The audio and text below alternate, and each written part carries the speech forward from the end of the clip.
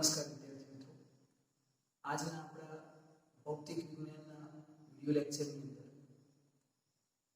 આપણો જે ટોપિક છે કે વિદ્યુત પ્રવાહ I એ સદિશ રાશિ છે કે અદિશ રાશિ છે. આપણે આના આગળના વિડિયો લેક્ચરની અંદર ચેપ્ટર નંબર 3 પ્રવાહ વિદ્યુત સ્ટાર્ટ કર્યું અને એને આપણે થોડુંક સમજતા ગયા અને પ્રવાહ શું છે, પ્રવાહ ક્યારે મળે, જ્યારે વિદ્યુત ભારિત કણ ગતિ કરે છે તો એનો એક પ્રવાહ રચાય છે અને એની વચ્ચે આપણે કોઈ પણ ડિવાઇસ મૂકીએ તો એ આપણને ડિવાઇસ આપણું કામ કરે છે. તો એના ઉપરથી આપણે વિદ્યુત પ્રવાહની વ્યાખ્યા સ્પષ્ટ કરી. I q/t, એનો એકમ જૂલ એમ્પિયર અને સૂત્ર પરથી તમે એકમ બનાવો તો કુલમ પર સેકન્ડ. હવે અહીંયા આગળ આ જે આપણને ફોર્મ્યુલા મળે છે એ આપણે ત્યાં સુધી જોયું. હવે એનું જે ભૌતિક રાશિ છે વિદ્યુત પ્રવાહ એ સદિશ છે કે અદિશ છે? કઈ રાશિ છે? સદિશ છે કે અદિશ? તો સદિશ કે અદિશ જાણવા માટે અહીંયા આપણે સમજીએ. માનો કે અહીંયાથી કોઈ એક કંડક્ટર એટલે વાહક તાર, આ એક વાહક તારમાંથી અહીંયા આગળ 5 એમ્પિયર પ્રવાહ આવે છે આ દિશાની અંદર અહીંયા સુધી. એ જ રીતે અહીંયા આગળથી આપણે બીજો વાહક તાર જોઈન્ટ કરીએ, એમાંથી જે પ્રવાહ આવે છે એ 2 એમ્પિયર અર્થાત 3 એમ્પિયર એ પણ લખી શકાય. ફોર એક્ઝામ્પલ આ વાહક તારમાંથી આ શું છે? વાહક તાર. આમાંથી કેટલો આવ્યો? 5 એમ્પિયર. આમાંથી કેટલો આવ્યો? 3 એમ્પિયર. અહીંયા બંને મિક્સ અપ થઈ અને અહીંયાથી એક વાહક તાર અહીંયા જોઈન્ટ થઈ તો આ કરંટ આપણને અહીંયા મળશે. હવે સમજો, આપણે જો તો આ અહીંયા આવે છે, આ અહીંયા આવે છે.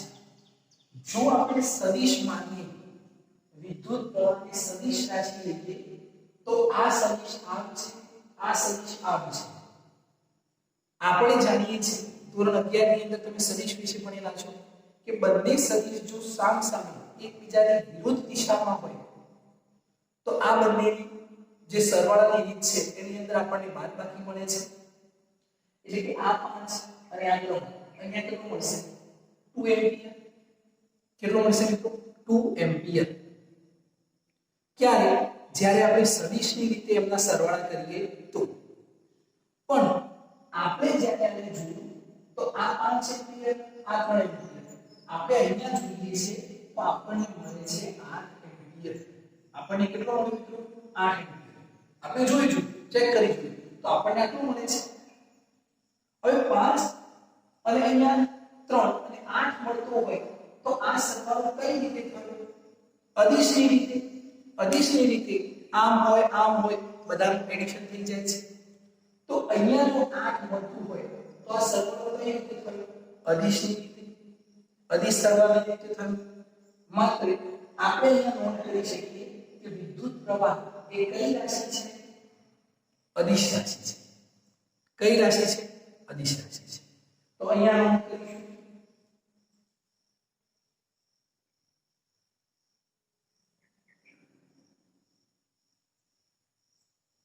વિદ્યુત પ્રવાહ માં અદિશના સરવાળાની રીત. અદિશના સરવાળાની રીત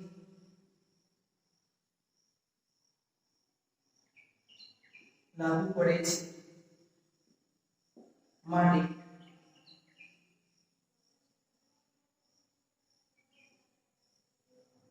વિદ્યુત પ્રવાહ એ અદિશ ભૌતિક રાશિ છે. કઈ રાશિ છે? અદિશ ભૌતિક રાશિ છે. ખ્યાલ આવશે? હવે બીજો અને અગત્યનો, જો આ અદિશ રાશિ છે પણ આની કઈ દિશા હોય છે, આ કઈ દિશામાં જશે તો બંને સરવાળાની જે દિશા છે એ દિશામાં જશે, અહીંયા જાય છે, દિશા તો છે પણ રાશિ કઈ છે અદિશ, કેમ કે આપણને સરવાળો કેટલો મળે છે અદિશ જેટલો. તો યાદ રાખજો ભૌતિક વિજ્ઞાનની અંદર વિદ્યુત પ્રવાહ એક એવી રાશિ છે કે જે દિશાનું પાલન કરે છે પણ રાશિ કેવી છે અદિશ. આવો પ્રશ્ન પૂછાય તો તમને યાદ આવવું જોઈએ કે ભૌતિક વિજ્ઞાનની અંદર કઈ એવી રાશિ છે કે જે દિશાનું પાલન કરે છે પણ એ અદિશ રાશિ છે. તો કઈ રાશિ આવશે વિદ્યુત પ્રવાહ, બરાબર છે, એ દિશાનું પાલન તો કરે છે. અહીંયા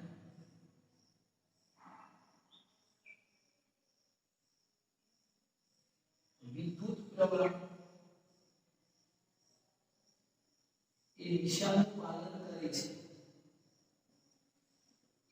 પણ રાશિ કેવી છે અદિશ. તો આ પોઈન્ટ યાદ રાખીશું કે વિદ્યુત પ્રવાહ એ કેવી રાશિ છે અદિશ ભૌતિક રાશિ છે.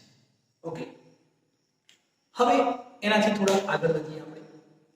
તો એનાથી આગળ વધીએ તો આપણે બીજો ટોપિક આજે જોવો છે જેને આપણે કહીએ છીએ વિદ્યુત પ્રવાહ ઘનતા.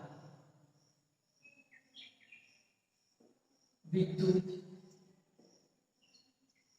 પ્રવાહ ઘનતા, વિદ્યુત પ્રવાહ ઘનતા. હવે આ એક ખૂબ જ સરળ અને ઉપયોગી અને સારો ટોપિક કહી શકાય. વિદ્યુત પ્રવાહ ઘનતા કોને કહીશું, વિદ્યુત પ્રવાહ ઘનતા કોને કહીશું સમજવા માટે ધ્યાન આપજો. અહીંયા આપણે એક વાહકતા લઈએ છીએ, સમજો આ એક વાહકતા છે, આ વાહકતા લઈએ છીએ, આટલો વાહકતા લઈએ, આ શું છે વાહકતા, અને આપણે કહીએ વાહકતા, આ વાહકતા છે, બરાબર છે.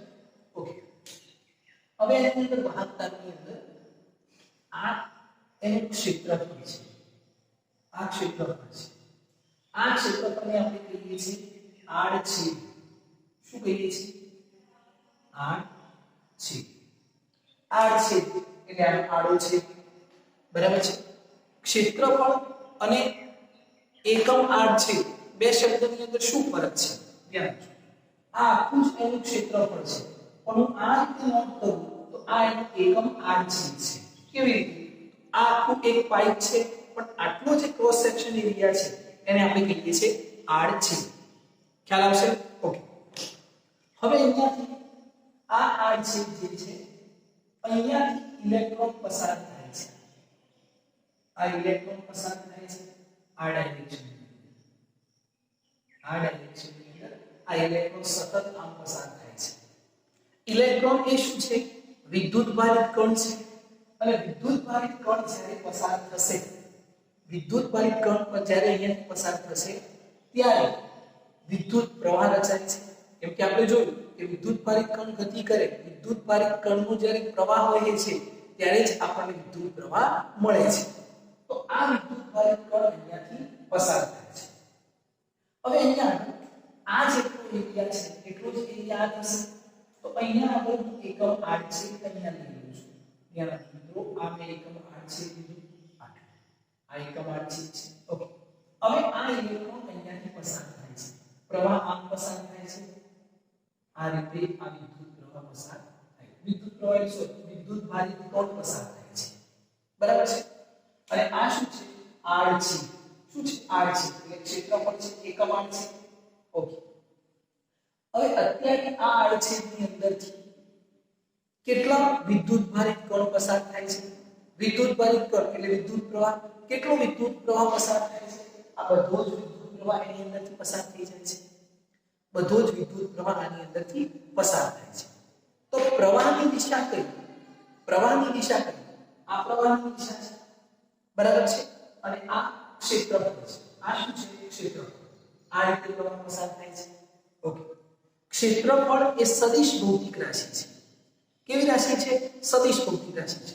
તો ધ્યાન આપજો, ક્ષેત્રફળ ક્ષેત્રફળ એ સદિશ ભૌતિક રાશિ છે, એ સદિશ રાશિ છે. ઓકે, હવે આ ક્ષેત્રફળ સદિશ રાશિ છે તો એનો એકમ સદિશ કઈ દિશામાં હશે? એનો એકમ સદિશ કઈ દિશામાં હશે? તો આ ક્ષેત્રફળનો એકમ સદિશ આ દિશામાં છે. ક્ષેત્રફળનો એકમ સદિશ એટલે આને આપણે કહીશું એકમ સદિશ, અને આ છેદ છે, આને આપણે a કહીએ. બરાબર છે? તો આનો આ ક્ષેત્રફળ છે પણ એનો એકમ સદિશ આ દિશામાં છે. તો આમાંથી એકમ સદિશ આ છેદમાંથી પસાર થતો પ્રવાહ કેટલો? બધો જ પ્રવાહ. આ બધો જ પ્રવાહ એની અંદરથી પસાર થઈ જાય છે. તો ધ્યાન આપજો, આ જે આડછેદ છે એ આડછેદમાંથી જે પ્રવાહ પસાર થાય છે એને આપણે શું કહીએ છીએ? પ્રવાહ ઘનતા. શું કહીએ છીએ? પ્રવાહ ઘનતા. તો પ્રવાહ ઘનતાની વ્યાખ્યા શું બનશે મિત્રો?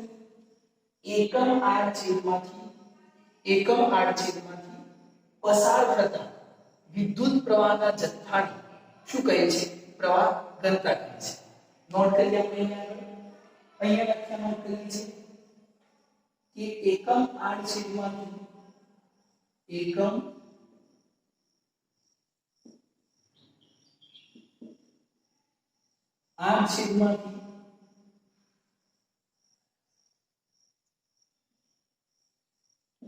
આડછેદની લંબ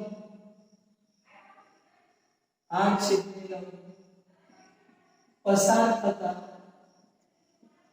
વિદ્યુત પ્રવાહના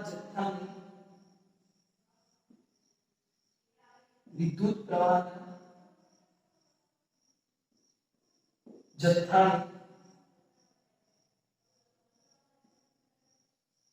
પ્રવાહ ઘનતા જે કહે છે. શું કહે છે? પ્રવાહ ઘનતા જે કહે છે. આને આપણે પ્રવાહ ઘનતા જે કહીશું. પ્રવાહ ઘનતાનો સિમ્બોલ આપણને શું મળે છે? g. બરાબર છે? આને આપણે શું કહીએ છીએ? પ્રવાહ ઘનતા. ખ્યાલ આવશે? ઓકે, તો એકમ આડછેદમાંથી આ આડછેદ છે, આડછેદની લંબ આડછેદ આમ છે તો એની લંબ પસાર થતા વિદ્યુત પ્રવાહના જથ્થાને શું કહે છે? પ્રવાહ ઘનતા કહે છે.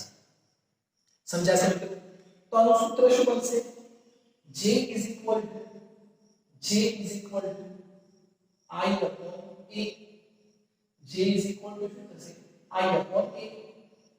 એકમ આડછેદમાંથી પસાર થતા પ્રવાહના જથ્થાને શું કહે છે? પ્રવાહ ઘનતા કહે છે. ઓકે, હવે બીજો પોઈન્ટ સમજો. માની લો કે અહીંયા આગળ આ આડછેદ છે 5 મીટર સ્ક્વેર. આડછેદ એટલે ક્ષેત્રફળ કેટલું છે?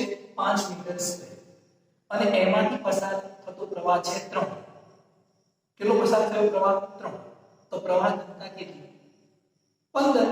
કેટલી? 15. આડછેદ અને આ 3. બરાબર છે? તો આને આપણે પ્રવાહ ઘનતા કહીએ છીએ. અથવા હવે આને આપણે પ્રવાહની ભાષામાં સમજીએ તો પ્રવાહનું સૂત્ર શું થાય? I is equal to J into A. આ પ્રવાહ ઘનતા એ સદિશ ભૌતિક રાશિ છે. કઈ રાશિ છે? સદિશ ભૌતિક રાશિ. હવે સમજો, આ આડછેદ છે 5 મીટર સ્ક્વેર અને એમાંથી પસાર થતી વિદ્યુત પ્રવાહ ઘનતા એટલે એકમ ક્ષેત્રમાં પસાર થતો પ્રવાહ એ છે 3. તો 5 ગુણ્યા 3 પ્રવાહ ઘનતા કેટલું? કરંટ કેટલું થઈ ગયું? 15. ખ્યાલ આવશે મિત્રો? તો અહીંયા આગળ સમજો ફરીથી, આ છેદ છે 5, પસાર થતો પ્રવાહ છે 3. તો 5 ગુણ્યા 3 કેટલો થયો? 15. હવે આ ક્ષેત્રફળ હું લઉં છું 10. હવે દરેક એકમ ક્ષેત્રફળમાંથી 10 એટલે આ 10, આ ટોટલ 10 છે. 2 2 2 એમ કરીને 5 ટુકડા કરીએ તો 10. ફરી સમજો, આ કેટલું છે? 10. હવે આમાંથી પસાર થતો પ્રવાહ 5 એમ્પિયર, આમાંથી થતો 5 એમ્પિયર, આમાંથી થતો 5 એમ્પિયર. તો આની પ્રવાહ ઘનતા કેટલી? 10 ગુણ્યા 5 કેટલી થશે? 50. 5 2 10, 5 2 10, 5 2 10, 5 ગુણ્યા 10 5 ગુણ્યા 10 કેટલું છે 50. તો કુલ જે પ્રવાહ મળે છે એને આપણે પ્રવાહ ઘનતા કહીએ છીએ. ખ્યાલ આવશે મિત્રો? ઓકે, હવે સમજો I = J × E. આ બંને સદિશ છે, તો સદિશ માટે આપણે આ સૂત્ર શું નોંધ કરીએ છીએ? I = J × A cos θ. બંને વચ્ચેનો ગુણાકાર કેટલો? cos θ. હવે આ એંગલ ક્યાંથી આવ્યો? હવે સમજો, આ જે ક્ષેત્રફળ છે એ ક્ષેત્રફળને હું આમ કરી દઉં, આટલા ક્ષેત્રફળને આમ અહીંયા સુધી આટલું જ છે પણ આમ બરાબર અહીંયા સુધી આવશે. ઓકે, આ ક્ષેત્રફળ અહીંયા. હવે આ એંગલ કેટલો બને છે? θ.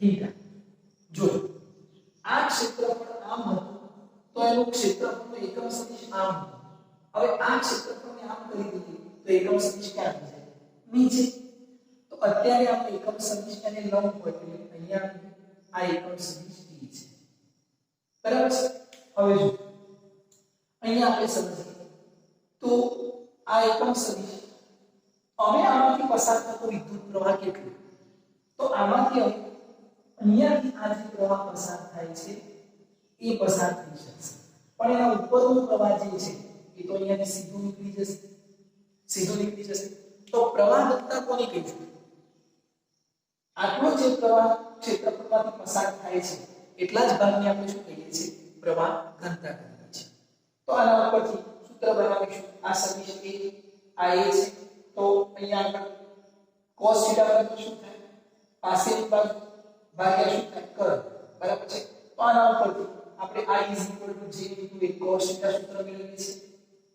આ એંગલ.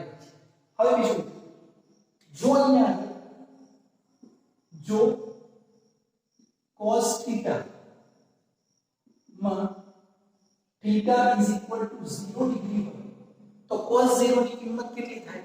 1. એટલે પ્રવાહ શું હશે? I = J × A. પ્રવાહ કેટલો મળશે? I = J × A આટલો મળશે. એટલે તમે જોઈ શકો કે પૂરો પ્રવાહ મળે છે, આ આમ છે અને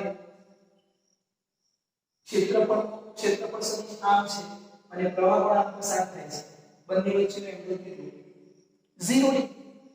હવે આ જે છે એકમ આડ છે એને આપણે આમ કરી દઈએ, આમ. તો આનો ક્ષેત્રફળનો સદિશ ક્યાં આવી જશે? જો આ આડ છેદને આમ કરી દઈએ તો આનો ક્ષેત્રફળ સદિશ ક્યાં આવશે? નીચે. ક્ષેત્રફળ સદિશ નીચે આવશે. આ આમ છે અને પ્રવાહ આમ પસાર થાય છે. બંને વચ્ચેનો એંગલ કેટલો? 90. તો જો θ = 90 ડિગ્રી cos 90 કેટલું થાય? 0. તો પ્રવાહ કેટલો પસાર થશે? 0. ક્યાંથી થતો પસાર થતો પ્રવાહ 0 છે? હવે બધું જ પ્રવાહ ક્યાંથી પસાર થશે? પણ ક્ષેત્રફળમાંથી કોઈ પણ પ્રવાહ પસાર થશે નહીં. અને પ્રવાહ ઘનતા માટે કેટલો પ્રવાહ જરૂરી છે? જે પ્રવાહ ક્ષેત્રફળમાંથી પસાર થાય, એકમ આડછેદમાંથી પસાર થાય એને જ આપણે પ્રવાહ ઘનતા કહીએ છીએ. તો આ નોર્મલી એના સૂત્રો છે, આને આપણે કહીએ છીએ પ્રવાહ ઘનતા. તો આ સૂત્રો જે છે એ તમારે યાદ રાખવાના છે. I = J × A. ખૂબ જ નાનો અહીંયા આપણે પ્રવાહ લઈએ તો di = J × dA. જો ખૂબ જ નાના ક્ષેત્રફળમાંથી પસાર થતો હોય, ખૂબ જ નાના ક્ષેત્રફળમાંથી, તો એનું સૂત્ર આપણે આ રીતે નોંધ કરી શકીએ છીએ. ઓકે, અહીંયા નોંધ કરી કે પ્રવાહ ઘનતા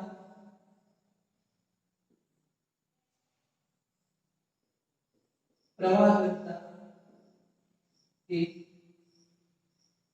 સદિશ ભૌતિક રાશિ છે. સદિશ ભૌતિક રાશિ છે. પ્રવાહ ઘનતાનો એકમ